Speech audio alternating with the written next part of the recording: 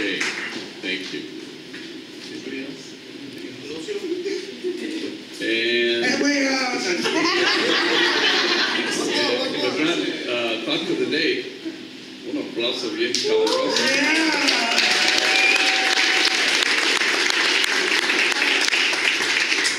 Good morning. I wasn't prepared today, so I just thought I'd just share a little bit about myself. So as you know, my name is John. I don't really talk much, so people really don't know my story, so I'm gonna share it with you today. Well, I grew up in South Central, next to USC. I didn't have any mother or father. I never met him in my life. I grew up with my grandma, and she was a wonderful person. The only real person I actually really loved in my life. But she passed away when I was 16, so when she passed away, I didn't know how to react. So I turned to the streets, and when I turned to the streets, I ended up catching a serious case. I got charged with dope when I was 16. So when I was 16, I went to YA, and then from YA, I went to the halls, and I went to YA, and from YA, I went straight to the penitentiary. So I paroled when I was 20, and I've been on parole since I was 20 years old. So life was a struggle, dealing with smoking weed. That was my drug of choice, weed and money, really. And so that's what drove me to keep catching terms after term after term after term. So I ended up paroling last year. Just skip to that. I ended up paroling last year, and I thought to myself, I don't want to go back to what I'm doing. But I also didn't want to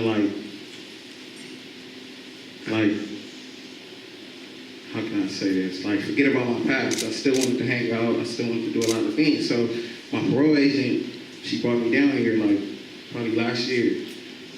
And at first when I walked in here, I was, just sitting here quiet, just looking at everybody, no, this ain't the place for me. First thing I thought. So as I kept coming, I kept going to an anger management class and an NA class. But I was man, I don't even have a drug problem. I just got caught with some drugs in my house. So as I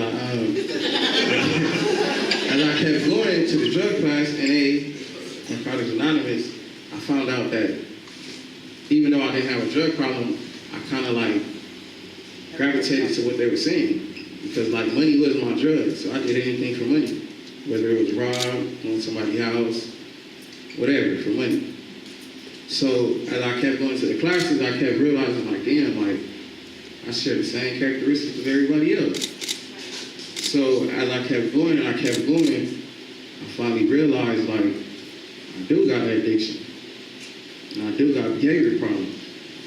So now today that I realize it, I come to terms and it's just what do I do? I'm still at a little road where I'm still trying to figure it out, but one thing I couldn't say, homeboy helped me a lot. So much to where, I really didn't think it would do nothing. I just wanted to come here, you feel me, put some money in my pocket. But then, everybody just grew on me.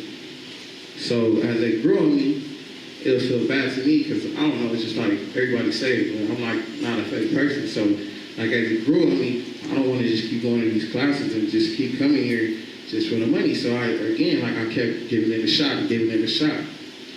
So now what I can say homeboy helped me with, it helped me with actually rationalizing things and thinking about my actions before I actually do it. So as I stand today, the word that I was searching when I was looking at myself, trying to find myself, was actually a couple weeks ago, which is resilience.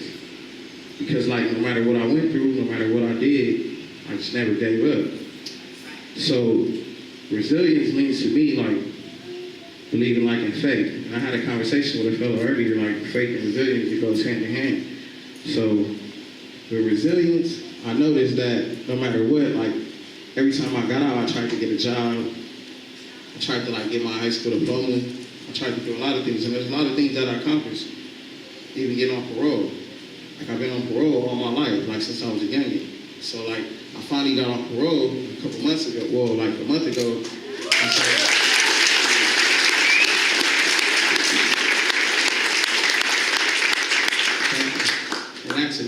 feels like just a stepping stone. Because I don't want to get too comfortable and feel like I'm off the road and then, you know, my old behaviors pop up.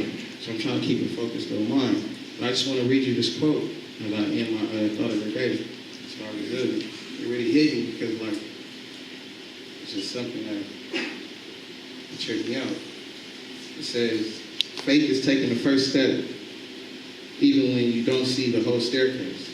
It's by Martin Luther King, but it's like something that just touched me because, like, even though I know what I want, I gotta have faith behind it to get it. So thank you, God, for letting me share.